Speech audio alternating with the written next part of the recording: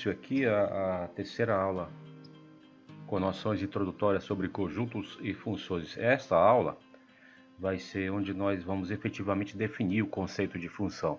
A próxima aula, a quarta sobre o assunto, é onde nós vamos ver alguns tipos importantes de funções. Nesta nós vamos efetivamente introduzir o conceito de função, ok?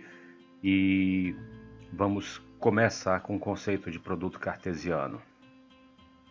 Quando nós temos dois conjuntos não vazios A e B, o produto cartesiano entre eles, nós denotamos assim, é o conjunto de todos aqueles pares ordenados, ou seja, a ordem aqui importa. Tá? O primeiro elemento tem que estar sempre em A. E, lembre-se, isso é o conectivo E, conjunção aditiva, que em matemática indica muito fortemente simultaneidade. Y pertence a D. Ok? É o conjunto de todos aqueles pares ordenados onde o primeiro elemento está em A e o segundo está em B. Exemplo. Vamos construir este produto cartesiano aqui e isso já mostra que os conjuntos envolvidos não precisam necessariamente ter a mesma natureza. Em particular, não precisam ser conjuntos numéricos, né? Embora é importante que se saiba que daqui a pouco nós vamos apenas trabalhar com conjuntos numéricos e mais especificamente com subconjuntos de R. Muito bem, o que seria o produto cartesiano de A por B aqui? É importante essa ordem. O conjunto de todos aqueles pares ordenados, como eu falei, nos quais o primeiro elemento está em A e o segundo elemento está em B. Não temos aqui a necessidade, muito menos a obrigação, de tentar saber qual par ordenado aparece antes, porque na descrição de um conjunto nós não temos esta obrigatoriedade. A nossa obrigatoriedade aqui é lembrar que cada ponto deste conjunto A cartesiano B, cada elemento deste produto cartesiano é um par ordenado. Em outras palavras, em cada par ordenado, como ele é ordenado, o nome já diz, é importante que se saiba que o primeiro elemento deve estar sempre primeiro em A e o segundo elemento deve estar em B. O produto cartesiano B por A, o primeiro elemento de cada par ordenado agora tem que estar no conjunto B, ou seja, o primeiro elemento vai ser um número e o segundo elemento vai ser uma letra, em cada par ordenado.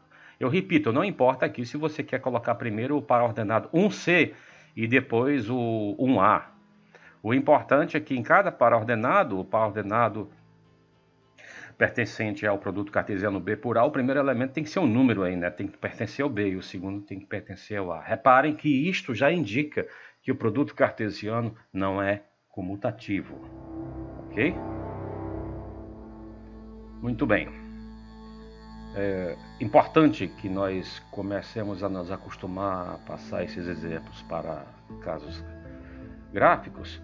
Vamos ver um exemplo entre dois conjuntos numéricos, onde nesse eixo horizontal nós vamos representar o conjunto dos naturais. Ali essa seta, lembrem-se, indica a não limitação desse conjunto, né? Muito bem.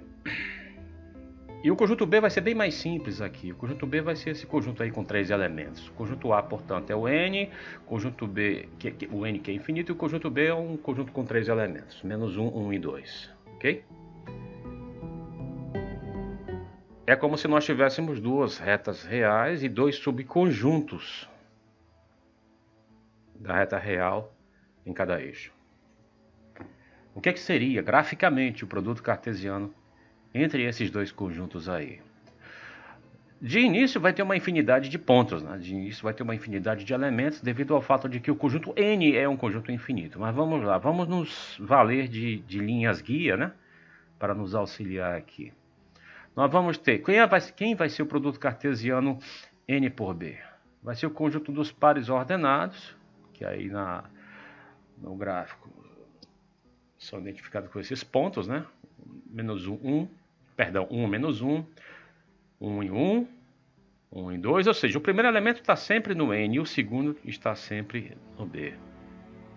Como o N é um conjunto infinito, aí repetimos a quantidade de pontos deste produto cartesiano é uma quantidade infinita, né?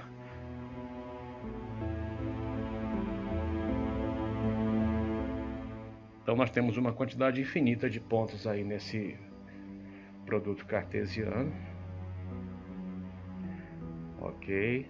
Vamos lembrar novamente que o produto cartesiano é algo que não é comutativo. Só em casos extremamente particulares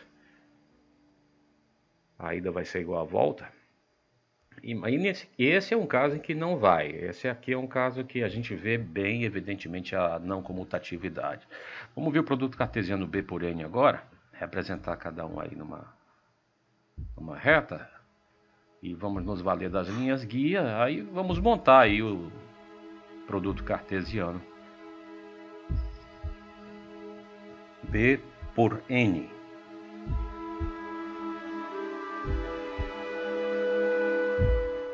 A diferença entre esses dois produtos cartesianos fica evidente quando nós expomos de maneira gráfica, né? No produto cartesiano N por B é como se tivéssemos uma faixa horizontal ilimitada para a direita. No produto cartesiano B por N é como se tivéssemos uma faixa vertical ilimitada para cima.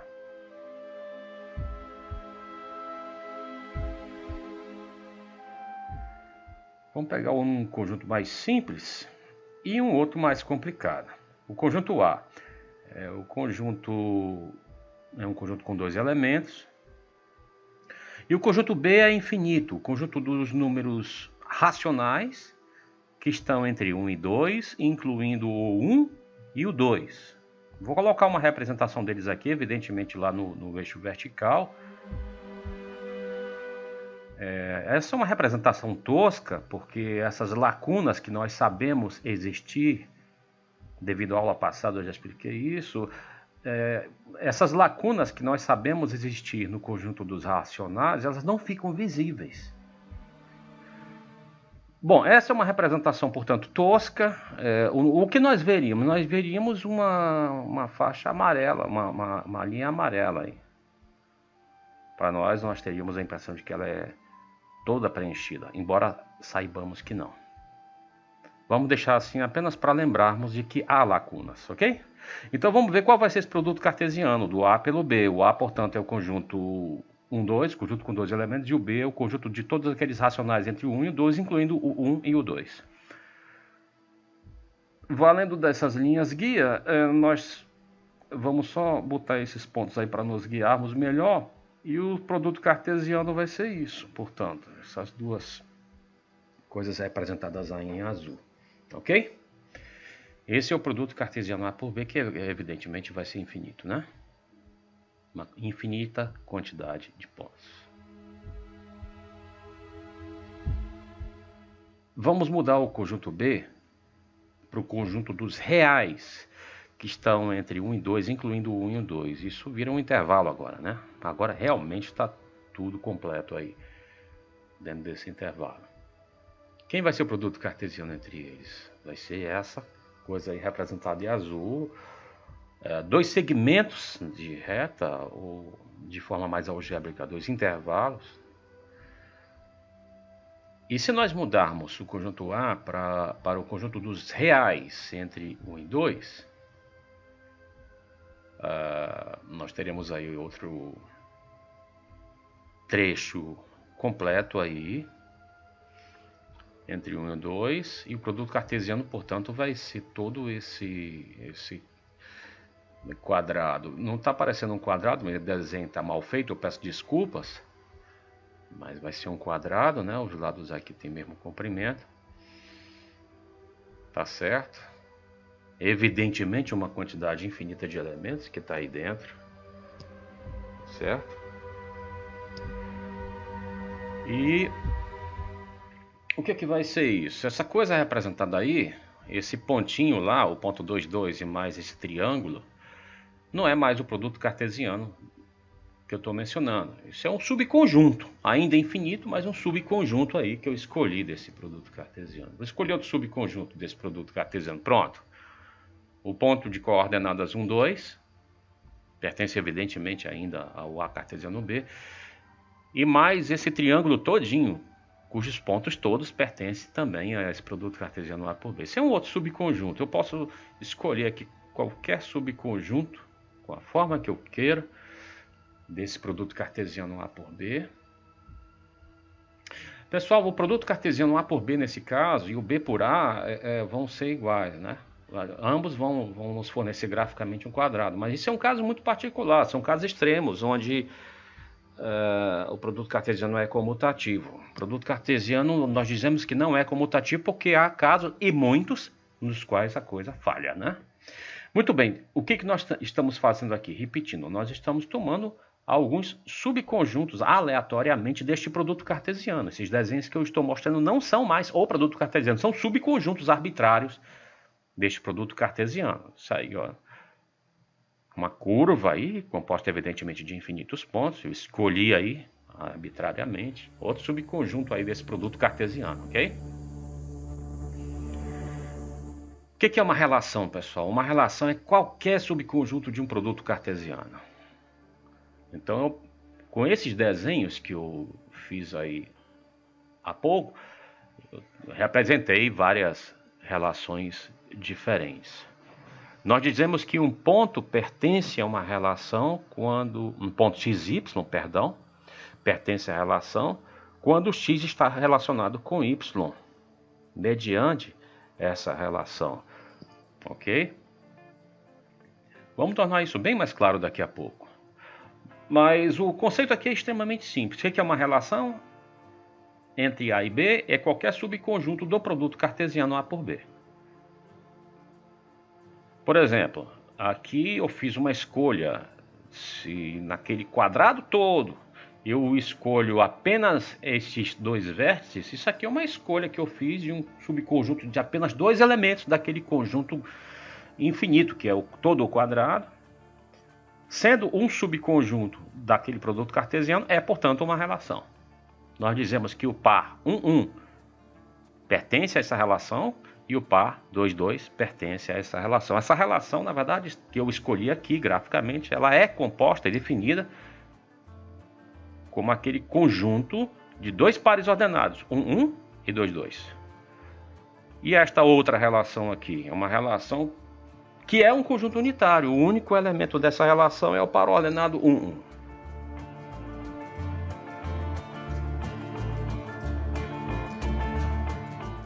Voltando àquela relação, voltando àquele produto cartesiano B por N, eu vou tomar nesse produto cartesiano algumas relações diferentes. Lembrem-se, qualquer subconjunto de um produto cartesiano, incluindo o conjunto vazio, é uma relação.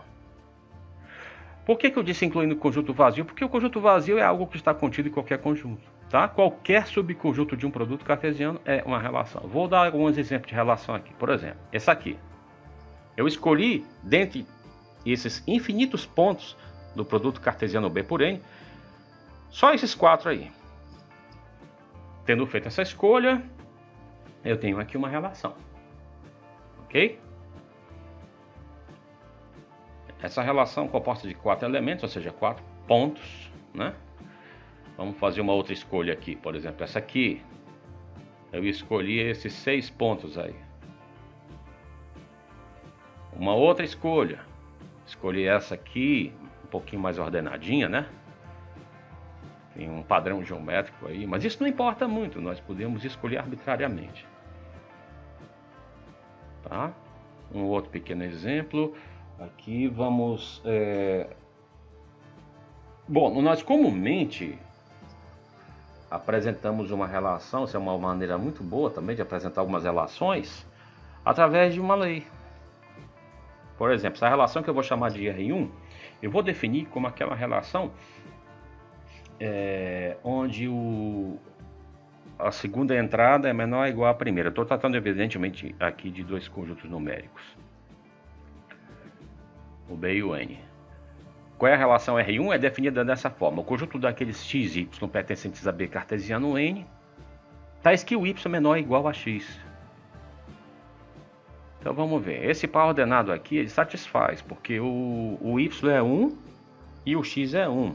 Como o y é igual a x, ele satisfaz a condição da relação y menor ou igual a x. Nós podemos e devemos também dizer que este par ordenado 1, 1 pertence a R1, ou seja, pertence a esta relação. Dizer que um par ordenado pertence a uma relação significa dizer que o x e y daquele par ordenado obedecem àquela lei daquela relação. São sinônimos, ok? Quem mais pertence a essa relação? O 2, 2, né? Os elementos são iguais. Todos aqueles pares ordenados onde os elementos são iguais, onde a abscissa é igual à ordenada, cabem. E mais este aqui, né? Este aqui, onde o y é 1 e o x é 2. Reparem que mais nenhum par ordenado deste produto cartesiano satisfaz essa relação 1. Portanto, a relação 1 é composta aqui de apenas 3 elementos, esses 3 pares ordenados aí. Esse aqui não satisfaz, porque o y é 5 e o x é 1. Neste caso, o que é que nós vamos ter? O y aqui vai ser maior do que o x, então isso aí está fora. Então são realmente apenas esses 3. Vamos ver agora um exemplo de uma outra relação. Vou chamar de R2 a relação definida assim. O conjunto dos pares ordenados de B cartesiano N, tais que y igual a x. Os dois únicos elementos dessa relação são este e este aqui. Podem reparar que nenhum outro satisfaz isso. Então essa relação R2 é composta por 2 elementos, 2 pontos. Mais um exemplo. Uma relação que eu vou chamar de R3, definida dessa forma. Dos pontos pertencentes a B cartesiano N, tais que y menor que x. O único ponto que satisfaz essa relação é esse. Eu repito, dizer que o ponto 2, 1 pertence à relação R3 é sinônimo de dizer que x igual a 2 e y igual a 1 satisfazem a essa condição y menor que x dessa relação R3. São sinônimos, ok? Muito bem. Vamos ver um exemplo aqui. Seja A igual a R e B também. Represente graficamente a relação R de A em B dada por x e y pertencentes a cartesiano B, tais que y menor que x. Aqui A e B ambos são o conjunto dos reais. Vamos representar graficamente. Vamos representar um gráfico aqui. A, conjunto dos reais, toda a reta coberta. B, o conjunto dos reais, toda a reta coberta. E vamos testar primeiro alguns pontos. Vamos ver primeiro esse ponto aqui. Esse ponto tem coordenadas positivas, né? Nesse caso, o x pertencente a A e o y pertencente a B, A e B ambos sendo igual a R, o x e o y aqui são, nesse caso, eles são positivos. E o tamanho aqui da coordenada x é maior do que o tamanho da coordenada y, e isso, portanto, satisfaz a lei dessa relação aí, né? Esse outro ponto aqui, x e y, aqui claramente a gente vê que o x é menor do que y, o que desobedece a essa condição. Então a gente teria de excluir esse ponto, né? Vamos pegar um ponto simétrico desse com relação ao eixo y para ver o que acontece com ele. As novas coordenadas x e y são essas aqui. Como x é uma coordenada negativa e y é uma coordenada positiva, vejam, é isso que está acontecendo aí. Esse ponto, então, ele desobedece, evidentemente, essa lei dessa relação, então deve também ser excluído. Vamos testar mais pontos aí. Testar esse aqui. Aqui, novamente, nós temos um caso em que o x é negativo, o y é positivo, novamente desobedecendo a lei. Esse ponto deve ser, portanto, excluído. Vamos ver esse outro. Vejam, aqui ambas as coordenadas são negativas, né? o tamanho do x é maior do que o tamanho do y, digamos, o módulo de x é maior do que o módulo de y. Mas quando dois números são negativos, o de maior módulo é aquele que é o menor dos números, né? Certo? Por exemplo, menos 5 é menor do que menos 3. Então, nesse caso, x é menor do que o y, e isso aí desobedece também a condição. Vamos ver esse ponto aqui. Nesse ponto aqui, ambas as coordenadas ainda são negativas. No entanto, o y é aquele de maior módulo, né? E portanto, o y é menor do que o x. Então, esse ponto aí vai satisfazer a condição para pertencer a essa relação R, né? Vamos ver mais um, esse ponto aqui. Nesse ponto aqui, x é positivo, y é negativo. Evidentemente, x é maior do que y, então esse ponto entra aí no meio. Vamos dar uma olhada em mais um ponto apenas. Vou colocar um outro ponto aqui no quarto quadrante. Como é um outro ponto do quarto quadrante, suas coordenadas x e y se comportam da mesma forma que no ponto anteriormente visto. X aqui é positivo, y negativo, portanto, pelo mesmo motivo anteriormente descrito, esse ponto também pertence a essa relação R. Fica aqui naturalmente a pergunta: qual é exatamente o conjunto de todos aqueles pontos do plano que pertencem a essa relação, ou seja, cujas coordenadas x e y satisfazem a lei y menor que x? Eu vou logo adiantar que a resposta será a seguinte: se você dispõe da reta que divide exatamente ao meio o primeiro e o terceiro quadrantes, esse conjunto mencionado vai ser tudo aquilo que tiver abaixo dessa reta, excluindo essa reta. Então, o conjunto mencionado é isso. E nós vamos explicar de maneira relativamente intuitiva por que isso acontece, ok? Vamos dar uma olhada aqui nessa equação. Vamos começar de uma maneira um pouco mais geral. Y igual a mx mais n. Como mencionado em aula sobre geometria analítica, essa equação aí, no plano, ela está relacionada com uma reta. E esse m e esse n aí tem funções muito específicas e geometricamente simples e importantes. Esse m, que é chamado de coeficiente angular ou de inclinação da reta, ele é nada mais do que a tangente do ângulo que essa reta vai fazer com o eixo horizontal. E o n é a ordenada do ponto em que a reta cruza o eixo y. Então, de maneira geral, isso é uma reta no plano cartesiano, tá? Vamos começar colocando aqui, marcando aqui o lugar em que essa reta cruza o eixo y, que portanto deve ter ordenada n. Aí nós vamos escolher qualquer vertical aqui e sobre ela marcamos alguns pontos, um acima, um abaixo da reta azul. E nesses pontos, por cada um desses pontos, nós vamos traçar uma paralela à reta azul. Como são retas paralelas à reta azul, elas devem ter, portanto, o mesmo coeficiente angular. Então, ambas têm coeficiente angular m. O coeficiente linear, que é o n, já não é...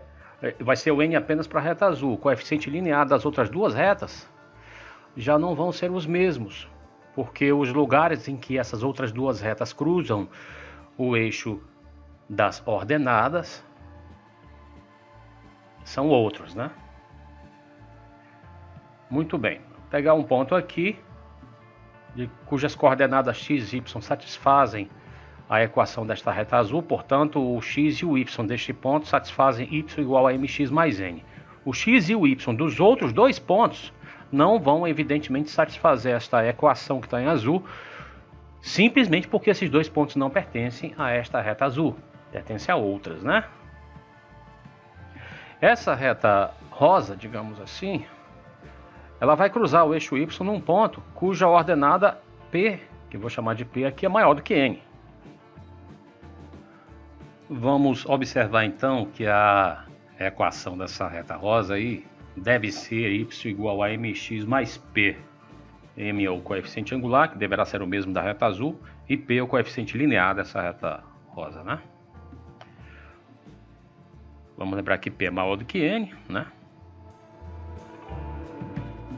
Aí, simplesmente o que eu estou fazendo aqui é o seguinte, eu estou botando o y rosa como o y da reta rosa, evidentemente, e o que está em azul é referente à reta azul. É claro que mx mais p vai ser maior do que mx mais n, simplesmente pelo fato de p ser maior do que n. É como se você pegasse essa inequação p maior do que n e em ambos os membros você adicionasse mx. A desigualdade se mantém, então o que é que nós temos aí? O y rosa vai acabar sendo maior do que mx mais n. Então, para esse ponto que está acima, digamos, dessa reta azul, o y desse ponto vai ser maior do que mx mais n, né? Vamos ver esse ponto abaixo da reta azul aqui, em que a outra reta, a outra paralela, cruza o eixo y. Vou chamar de Q a ordenada do ponto em que essa outra paralela cruza o eixo y. Sua equação, portanto, vai ser y igual a mx mais q, né? Uma vez que esse q é menor do que n, por motivos óbvios, nós teremos agora esta outra desigualdade aí. Então, para esse ponto aí, nesta reta de baixo, digamos assim, a ordenada dele vai ser menor do que mx mais n. Vamos agora tentar olhar com alguma atenção o caso recíproco. Vamos imaginar que nós tenhamos um ponto no plano cujas coordenadas x e y satisfazem y maior do que mx mais n. Eu posso então algebricamente dizer que esse y vai ser igual a mx mais um número p, que é maior do que n, evidentemente. Isso trata, portanto, de uma reta paralela à reta azul que cruza o eixo y num ponto de ordenada p, onde p é maior do que n. Por quê? Porque esse y aí em rosa é maior, por hipótese, do que mx mais n. Então nós temos isso aqui. Temos, portanto, uma reta, esse nosso ponto que nós imaginamos satisfazer a inequação y maior do que mx mais n, pertence aí então a uma reta paralela à reta azul, que corta o eixo y num ponto de ordenada p maior do que n. Repare, então esse nosso ponto aí que nós imaginamos satisfazer essa desigualdade, ele está nessa reta rosa. Esse ponto, portanto, está acima da reta azul. E o raciocínio vai ser sempre esse, né? Um ponto cujas coordenadas satisfazem y maior do que mx mais n está acima da reta. Se for menor do que mx mais n, está abaixo da reta. Se for igual a mx mais n, está sobre a reta. Muito bem. Vamos classificar aqui geometricamente essas coisas, né? Olha lá. O conjunto de todos os pontos cujas coordenadas x e y satisfazem y maior do que mx mais n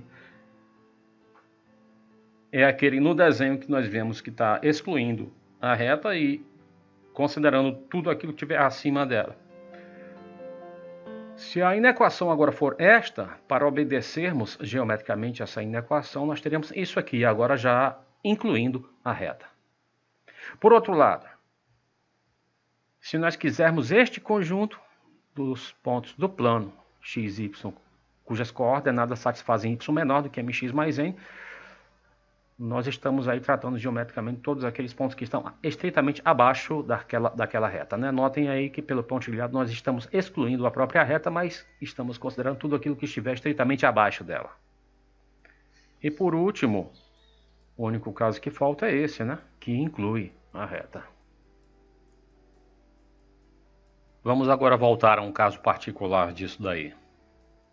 Uma reta y igual a mx mais n, onde o m é 1 e o n é 0.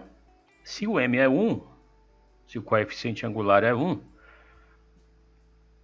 então a tangente do ângulo que essa reta faz com a horizontal é 1, portanto ela faz um ângulo de 45 graus com a horizontal. E sendo o n igual a 0, sendo o coeficiente linear igual a 0, ela cruza os eixos na origem, né? Um caso particular da reta y igual a mx mais n, né? Será essa reta aqui.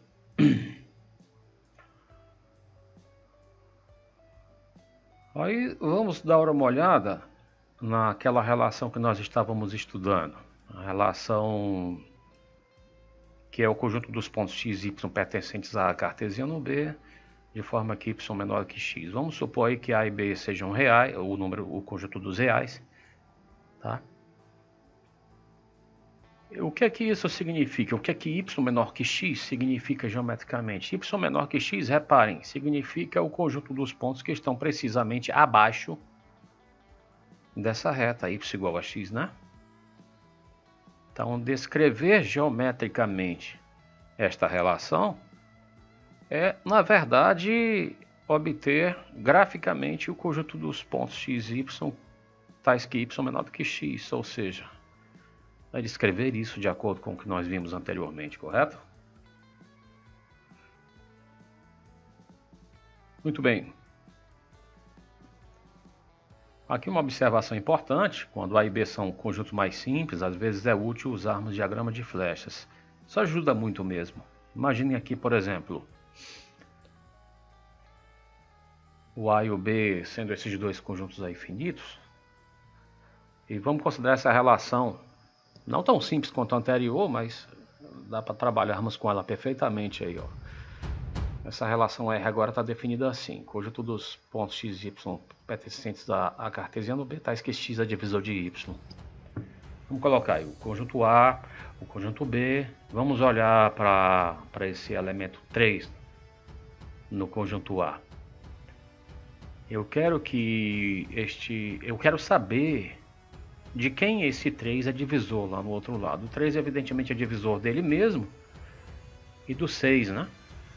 E de mais ninguém do outro lado. Olhando para o caso do 2, o 2 vai ser divisível por 2, por 6 e por 4, né?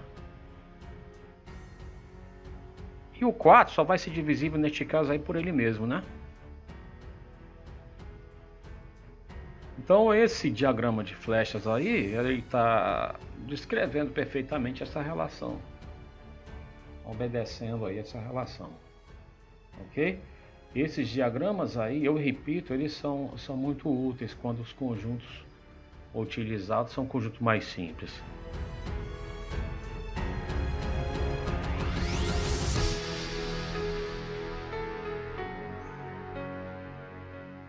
Vamos dar uma olhada agora, finalmente, no conceito de função.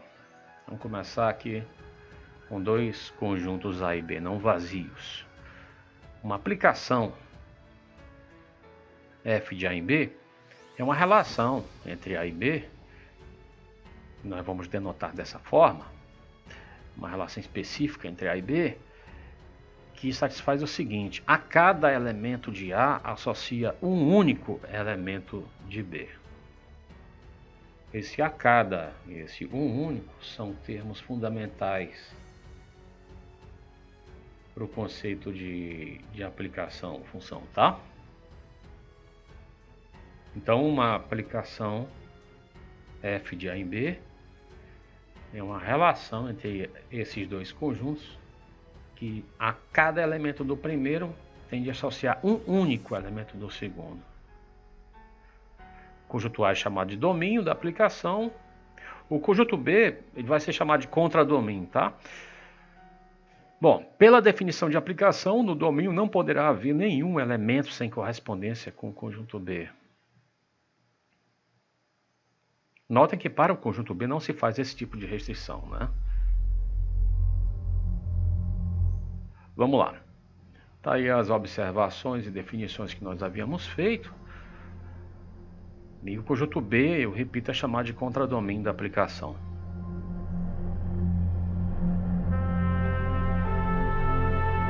Vamos dar uma olhada aqui. Esse diagrama de flechas aí, ele nos está mostrando uma correspondência, uma relação entre A e B aí que de fato pode ser função. Olha, notem que a cada elemento do conjunto A está sendo associado um único elemento do conjunto B, né? Tá? Lembrem-se, o conjunto A é o conjunto de saída, né? É chamado de domínio da aplicação. O conjunto B, que digamos é o conjunto de chegada, é o contradomínio da aplicação. Tá? Muito bem. Vamos aqui ver um outro exemplo. Nesse caso aqui, isso não pode representar a função, porque fere este termo a cada. Existe um elementozinho ali no A que está sem correspondência lá do outro lado. Então isso não pode representar uma função. Essa relação não pode representar uma função ou aplicação, né?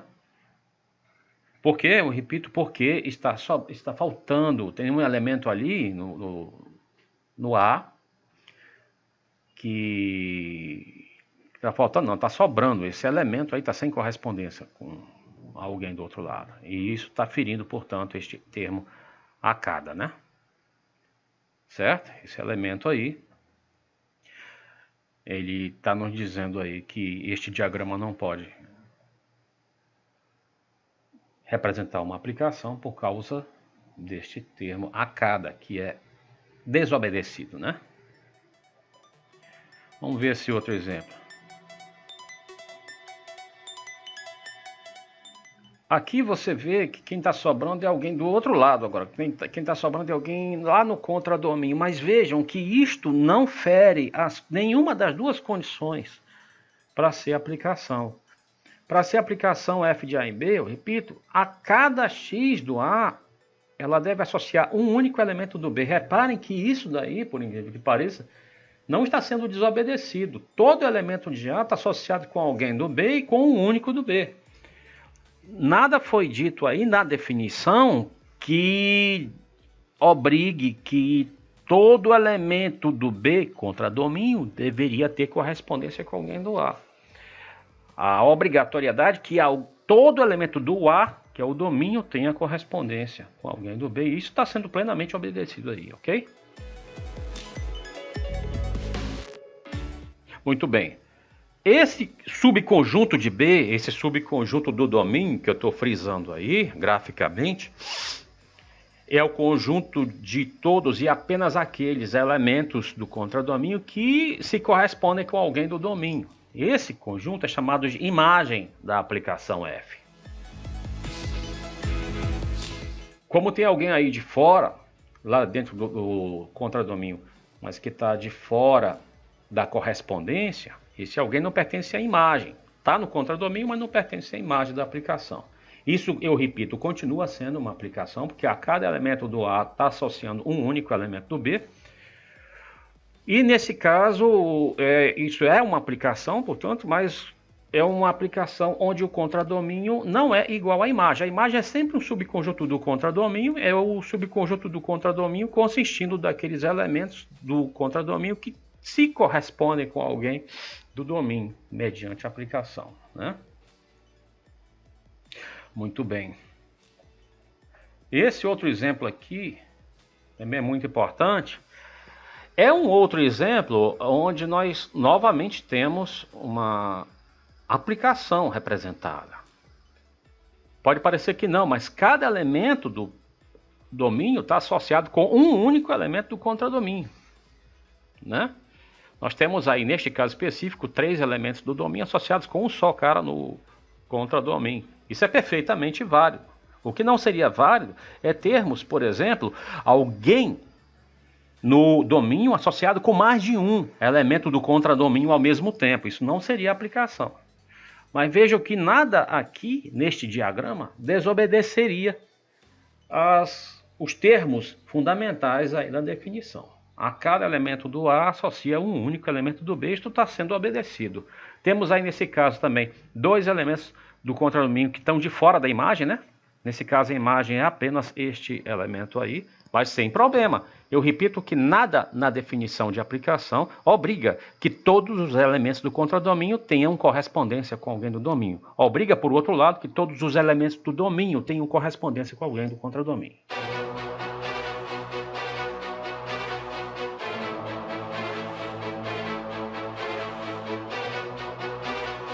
Aqui nós já deixamos de ter uma aplicação.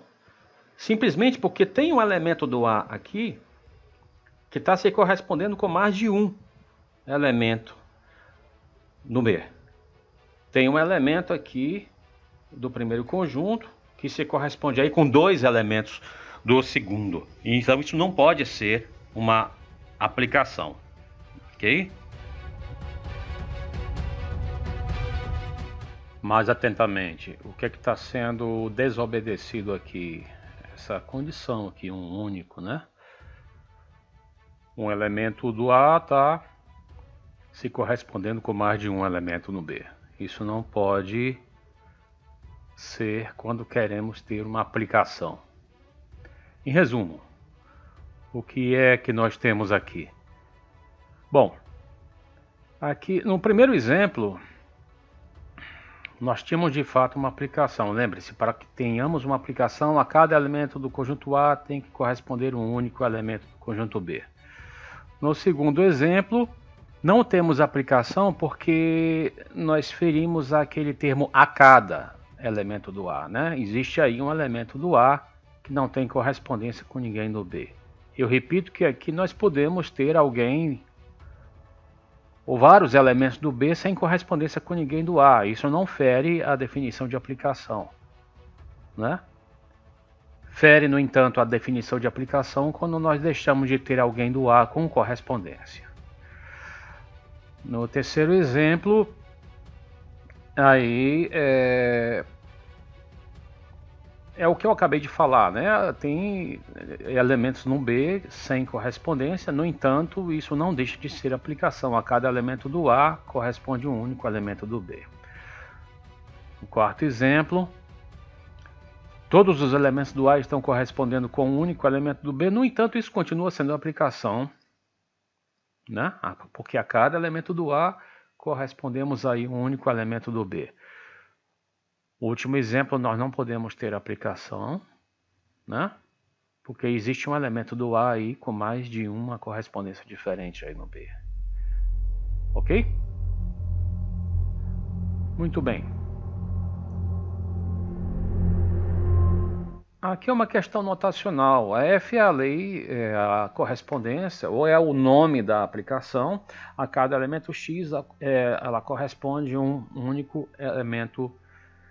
A cada elemento X pertencente a A, né, corresponde um único elemento F de X pertencente a B. F de X nós dizemos que é o valor da aplicação no ponto X. Ou a imagem de X pela aplicação F. Notação, repetimos, F de A em B, né, para uma aplicação. A cada X corresponde um F de X.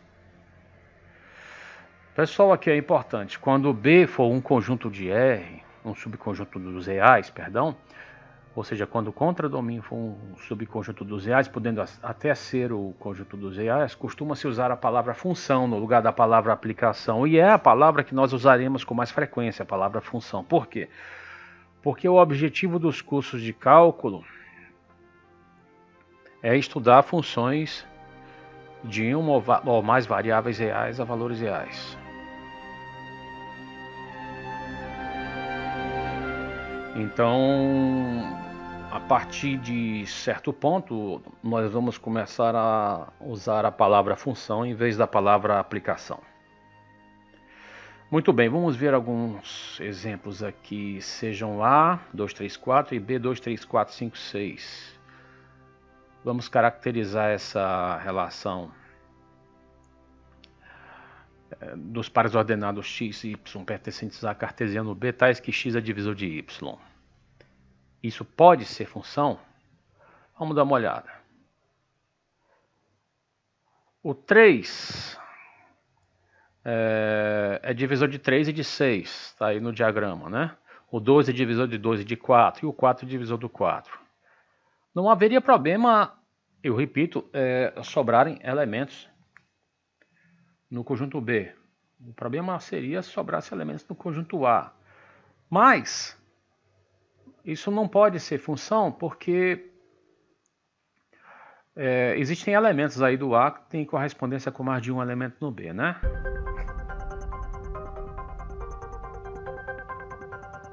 Seja R a relação de R em R dada por x, y pertencentes a R cartesiano R, tais que y menor do que x. Isso pode ser função.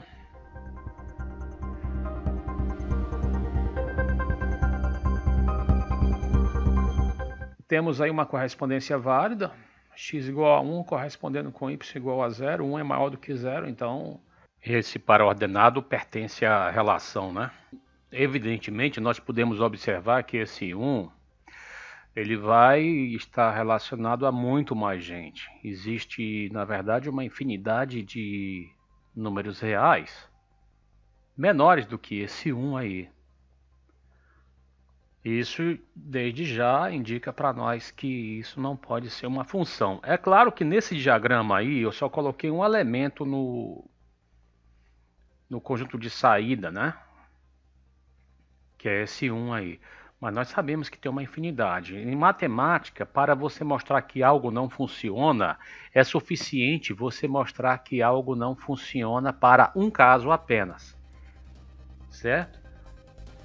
Provar que algo não funciona de maneira geral em matemática é exibir um caso, pode ser exibir um caso, basta que exibamos um caso em que a coisa não funciona. Estou aqui apenas mostrando um único caso, por exemplo, esse elemento aí, em que a coisa fura, né? Existe uma infinidade de elementos menores do que esse 1. Existe, portanto, uma infinidade de pares ordenados nessa relação, cuja abscissa, digamos assim, cuja primeira entrada é a mesma. Então, temos aí uma infinidade de elementos correspondentes com este mesmo 1 aí. Então, isso não pode ser função. É claro que, eu repito, no conjunto de saída, no que seria o candidato ao domínio, tem mais outra infinidade de elementos aí, com suas respectivas correspondências. Mas basta que exibamos um único caso em que a coisa não dá certo, para garantirmos que isso não pode ser função. Vamos ver esse outro exemplo aqui, essa relação, cuja lei é y igual a x mais 1, relação de R em R. Isso pode ser função? Bom, nós devemos preencher as duas condições básicas, né? A cada elemento do primeiro deve associar um único elemento do segundo. Vamos pegar um x pertencente a R qualquer. Se adicionarmos 1 a esse x, evidentemente, ainda teremos um número real, que, é claro, pela correspondência a R, se associa com ele. Então, a cada x pertencente a R, nós temos um número real a ele correspondente mediante essa relação R. Então, esse a cada aí está satisfeito. X pertencente a R associa um único número real, x mais 1 pertencente a R. Então, esse a cada aí, eu repito, está satisfeito. Vamos verificar esse único. Será que, por exemplo, não poderia acontecer algo assim, esse x correspondente com mais de um elemento no outro lado? Bom, teríamos dois pares, xy e xz, pertencentes a essa relação, né? Vamos dar uma olhada.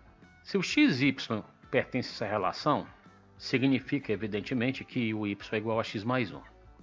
E se o xz pertence a essa relação, é claro que o z deve ser x mais 1.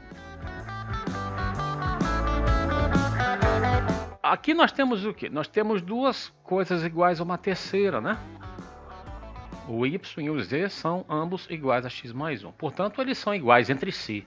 O y e o z são iguais. Então, nós não podemos... Veja que aqui nós acabamos de mostrar que nós não podemos ter alguém no conjunto de saída correspondendo com mais de 1 no conjunto de chegada. Esse 1 único, portanto, ele está satisfeito. Como essas duas condições estão satisfeitas, isso é de fato uma função.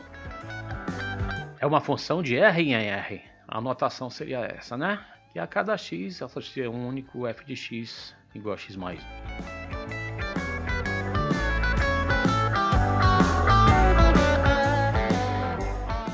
Uma coisa muito importante aqui, para caracterizarmos uma função ou aplicação, nós somos obrigados a dizer quem é o domínio, quem é o contradomínio e quem é a lei de correspondência.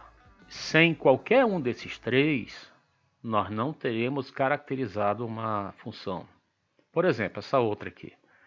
Domínio é o intervalo fechado 0,1, contradomínio é R e a lei é a mesma lei de correspondência. Nesse caso, os contradomínios são iguais nessas duas aplicações aqui, as leis de correspondência são iguais, no entanto os domínios são diferentes. Então eu não posso dizer que essas funções são a mesma. E vocês, caso queiram plotar os gráficos disso daí, vocês vão naturalmente perceber, né, que o gráfico dessa outra aplicação aqui é um segmento de reta, não é a reta inteira, ao contrário do outro. Tá? Então, para que duas funções sejam iguais, os domínios têm que ser o mesmo, os contradomínios têm que ser o mesmo e as leis de correspondência têm que ser a mesma.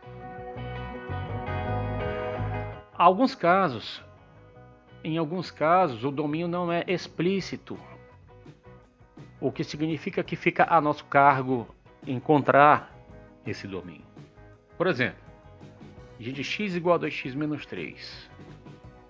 Aí precisaríamos saber aqui, dizer quem é o domínio dessa função. Muito bem, o que significa ver quem é o domínio de uma função? Significa o seguinte, verificar os lugares onde essa função não poderá existir, que para que valores de x nós teremos não existência da função. Por exemplo, se g de x fosse 1 sobre x, esse x evidentemente não poderia ser zero. Bom, verificar quem é o domínio significa verificar os lugares, todos os lugares onde a função não existe, retirar esses lugares e o que sobrar é o domínio da função. O x aqui ele pode assumir qualquer valor real, pode ser zero, pode ser positivo, pode ser negativo, pode ser racional, pode ser irracional, transcendente, qualquer coisa. E nós continuamos obtendo um valor real aí. Tá? Está bem definida essa aplicação, portanto aqui nesse caso nós dizemos que o domínio dessa aplicação G, dessa função G é R, todo o R. Não precisamos retirar nada.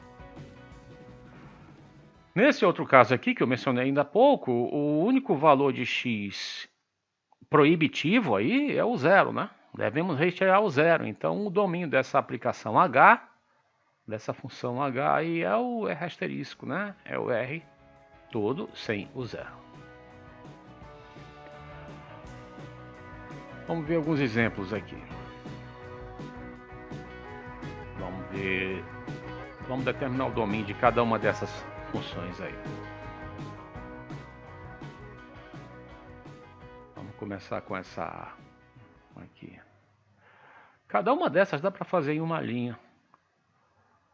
Dentro de uma raiz quadrada ou qualquer raiz de índice par, não pode haver número negativo, né? Nós estamos tratando de estudos dentro do conjunto dos reais, lembre-se. Então, a única ressalva que nós precisamos fazer aqui é que aquilo que está no radicando, ou seja, aquilo que está dentro da raiz, seja positivo ou igual a zero, né? Pode ser zero aí também, raiz de 0 a 0 existe, né? Então, esse 2x menos 3 tem que ser maior ou igual a zero. Isso significa, portanto, que o 2x tem que ser maior ou igual a 3, ou seja, que x tem que ser maior ou igual a 3 meios. Podemos fazer a volta também. Se você partir do princípio de que x é maior ou igual a 3 meios, você conclui que 2x é maior ou igual a 3, e que, portanto, 2x menos 3 é maior ou igual a 0, ou seja, que o radicando vai ser positivo ou nulo, nós dizemos simplesmente positivo, né? Eu lembro que ao querermos dizer que algo é maior que zero, estamos dizendo que ele é estritamente positivo aqui por convenção nossa. Então essa função vai existir. Então qual é o domínio dela? O domínio dela é o conjunto dos x pertencentes a R de tal forma que x é maior ou igual a 3 meios. Vamos para o item B. Embaixo nós sabemos que não podemos ter zero, né? O x pode ser zero, x aí pode. Veja que se o x for zero aí embaixo, nós teremos g de x igual a menos 1 meio, que está tranquilo. É um número real. É o denominador, que é o x menos 2 inteiro, que não pode ser zero. Então,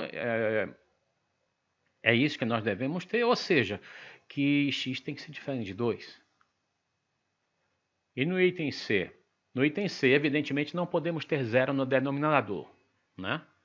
Então, o que está dentro dessa raiz aí não pode ser zero, mas pode ser negativo, porque veja, o índice aqui da raiz é ímpar. E se quiséssemos, por exemplo, calcular a raiz cúbica de menos 8, existiria menos 2, né? Menos 2 vezes menos 2 vezes menos 2 dá menos 8. Poder ser negativo, isso pode. Não pode ser nulo, né? E evidentemente pode ser positivo também. Então nós vamos apenas impedir que isso seja nulo. Ou seja, vamos impedir que o x seja igual a 2. Então, o que são os domínios aí? O trabalho já está todo feito. Domínio da função f, na letra A. Conjunto dos x pertencentes a R, de tal forma que x é maior ou igual a 3 meios. Lembrem-se que nós não podemos omitir ninguém no domínio, né? Ninguém que possa entrar, e nem devemos colocar alguém proibitivo lá. Domínio da aplicação da função g é simplesmente esse valor aqui. Esse valor não, perdão, esse conjunto, né? X pertencente a R, tá, que x é diferente de 2. Qualquer valor real diferente de 2 faz parte do domínio dessa função g. O domínio da função h é o mesmo, né?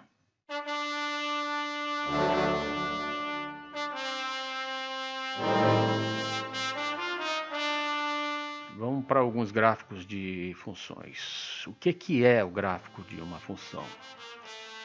É um subconjunto do plano. É o subconjunto dos pontos x, f de x,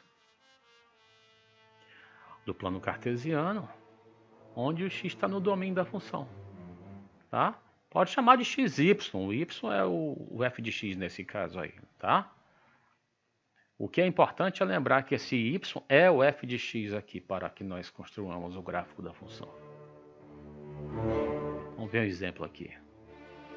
Vamos tentar o gráfico dessa função sobre a qual nós falamos há pouco.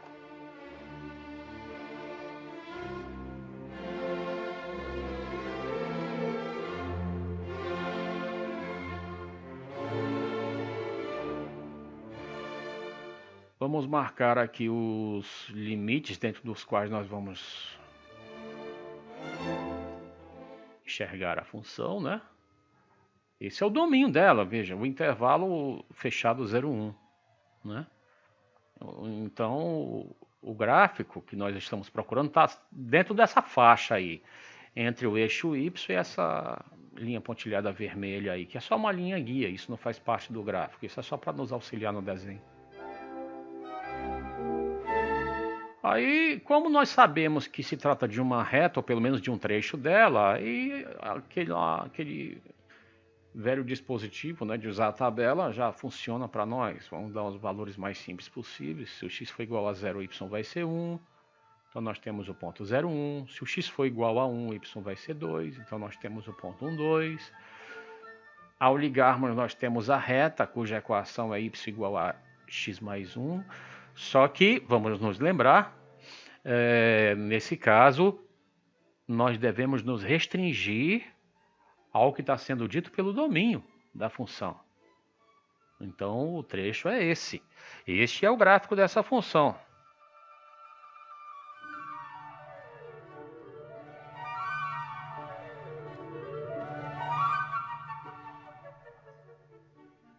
Agora nós vamos verificar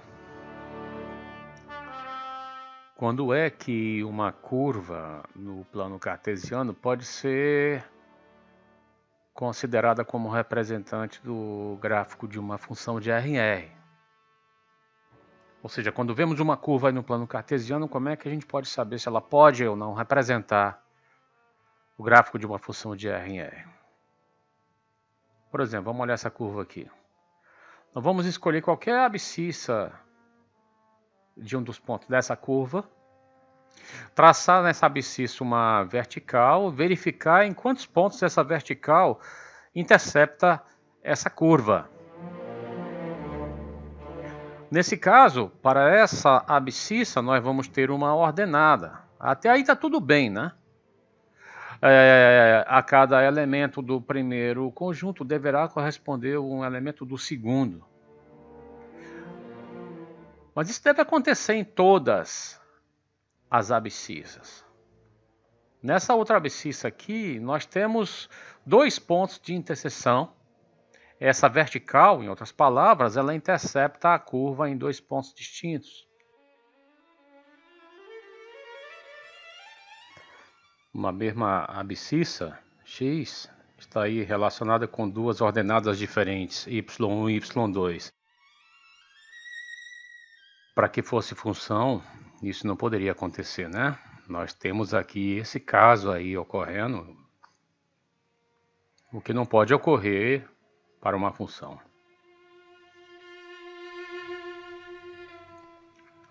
Essa, digamos, patologia ocorre em outros trechos dessa curva também. Por exemplo, nessa outra abscissa, a vertical encontra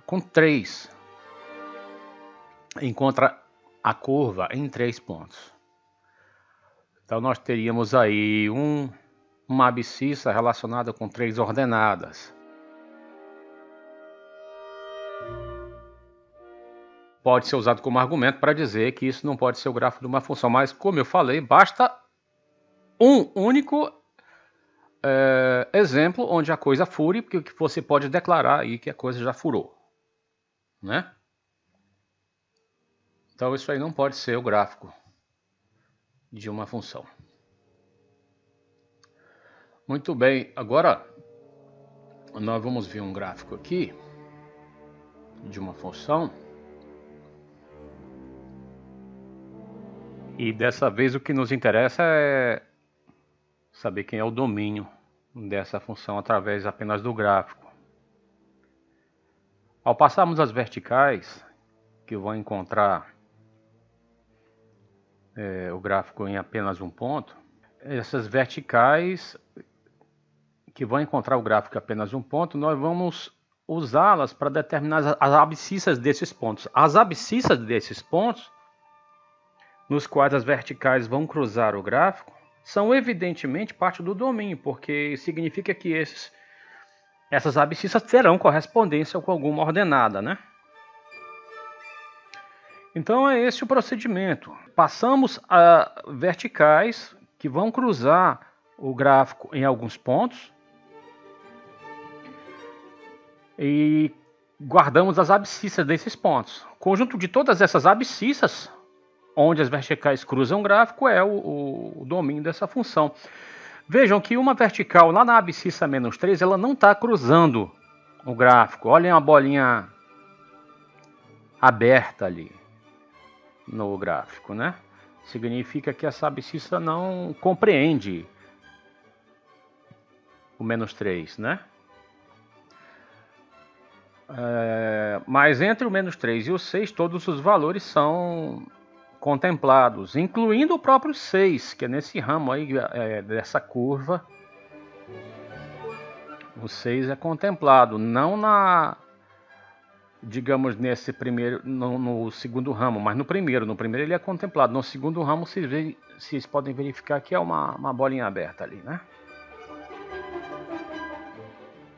E outra coisa, se a bolinha ali no segundo ramo fosse fechada também, nós teríamos uma abscissa 6 correspondendo com duas ordenadas distintas. E isso estaria contradizendo o fato de termos função, né? Além do 6, para a direita do 6, todos os valores entre o 6 e o 9 também estão contemplados, incluindo o próprio 9, né? Então o domínio é tudo isso aqui, ó, vai do menos 3 ao 9, incluindo o 9 e excluindo o menos 3. Esse, portanto, é o domínio dessa função.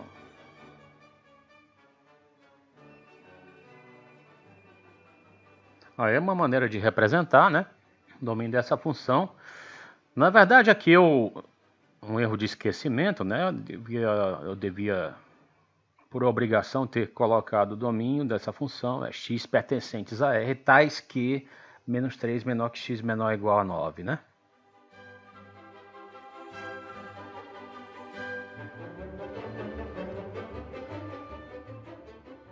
E agora, a única diferença desse gráfico para o anterior é que nesse gráfico aqui o 6 não está contemplado de forma alguma, né?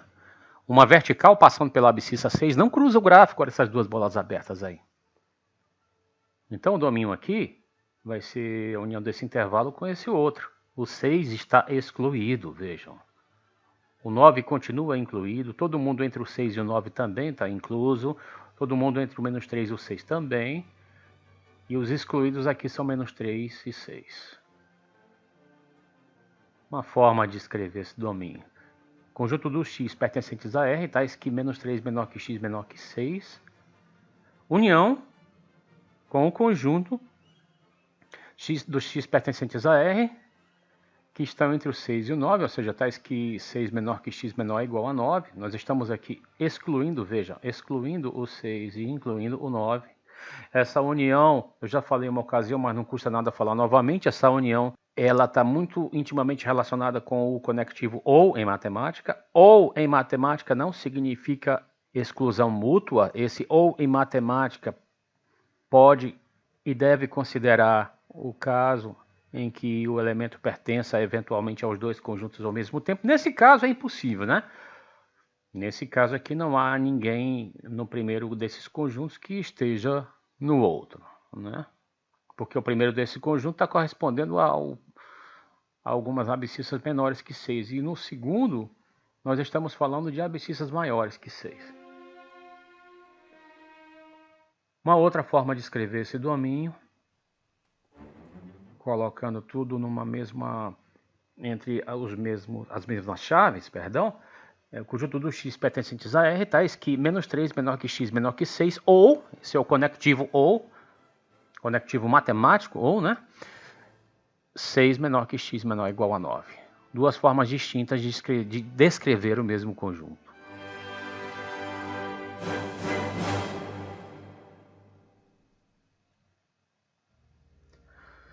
Vamos aqui, nesse outro exemplo, aceitar que esse ramo da esquerda aí, ele se prolonga aí para baixo indefinidamente, que o ramo da direita se prolonga para cima indefinidamente.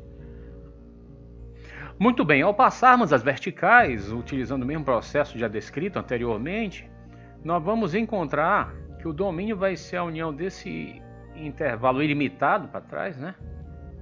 Com esse intervalo ilimitado lá para frente, né? Todo mundo menor ou igual a 3,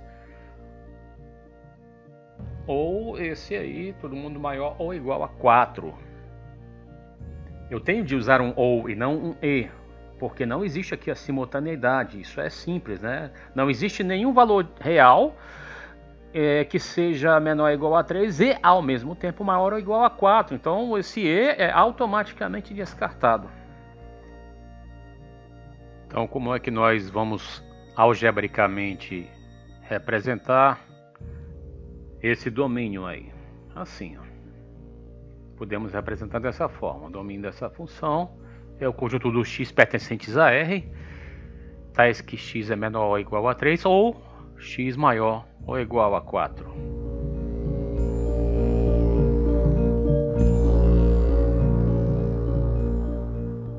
Vamos aqui lembrar um outro ponto crucial. Repara, esse conjunto aqui que eu salientei dentro do contradomínio é a imagem, né? A imagem dessa função. Isso é uma função, vocês podem verificar. Isso pode representar uma função. Lembrem, algebricamente, a imagem da função é o conjunto dos f de x, que evidentemente estão no contradomínio, de tal forma que o x está no domínio. Ou seja, é o conjunto de todos aqueles elementos do contradomínio que se correspondem de fato com o domínio. Notem que nesse exemplo aqui em particular temos dois elementos fora de correspondência e portanto fora da imagem, né?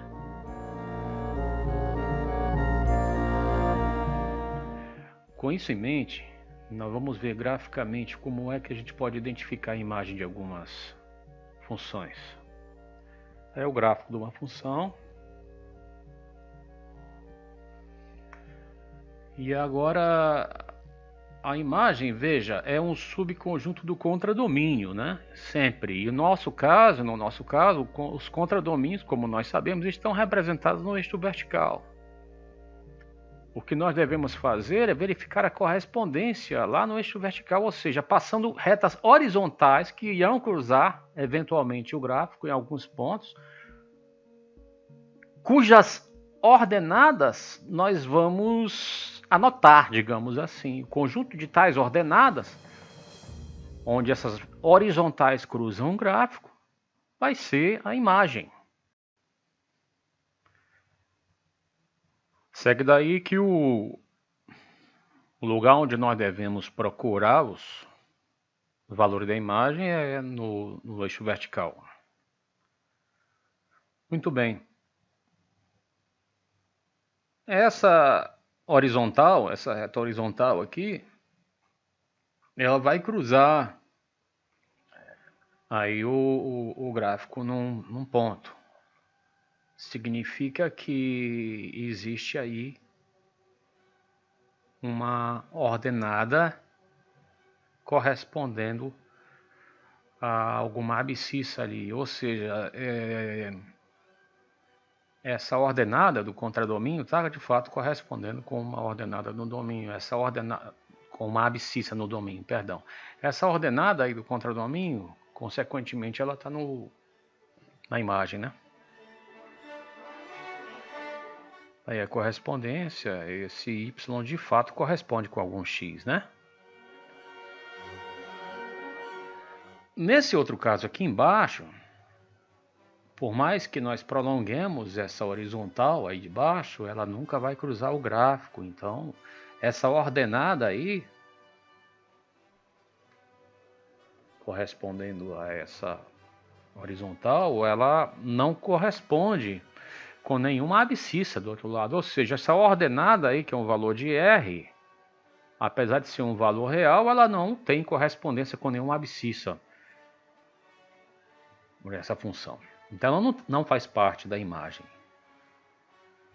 Nem essa, né? Essa outra horizontal aí, ela vai cruzar o eixo Y numa ordenada que não tem correspondência alguma com nenhuma abscissa aí. Ou seja, essa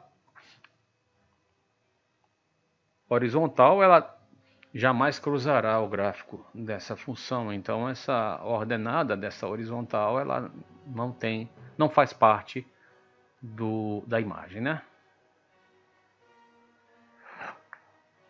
Fica simples a gente perceber que o trecho no qual nós devemos percorrer as horizontais, percorrer as horizontais para que elas interceptem um gráfico, é o trecho que vai do -2 até o 4, né? Incluindo o -2 e o 4. Então essa daí é a imagem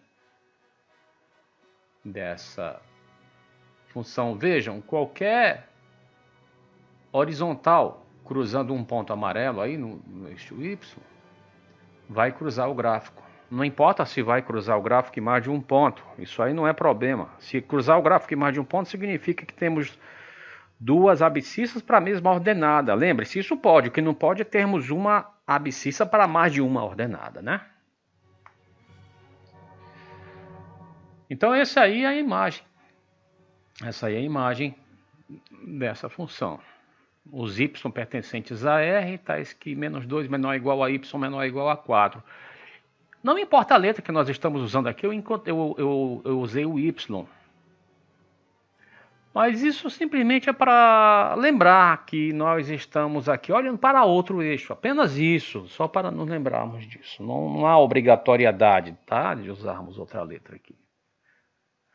É só por uma questão de organização.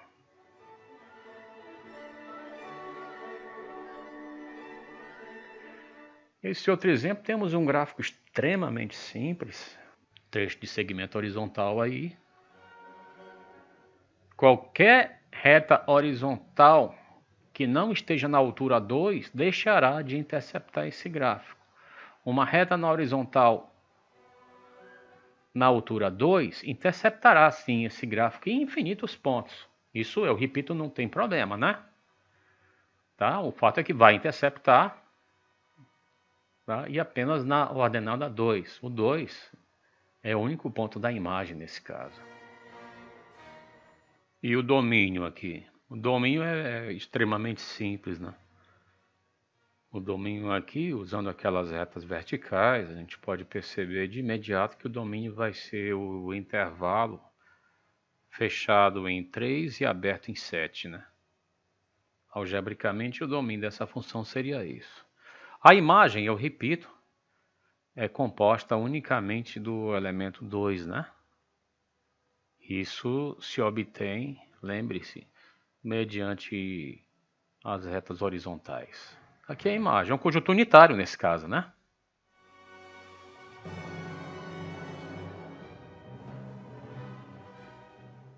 Aí com isso nós finalizamos essa parte e a próxima vai tratar de alguns tipos importantíssimos de funções, tipos com os quais nós vamos nos deparar ao longo de toda a vida acadêmica.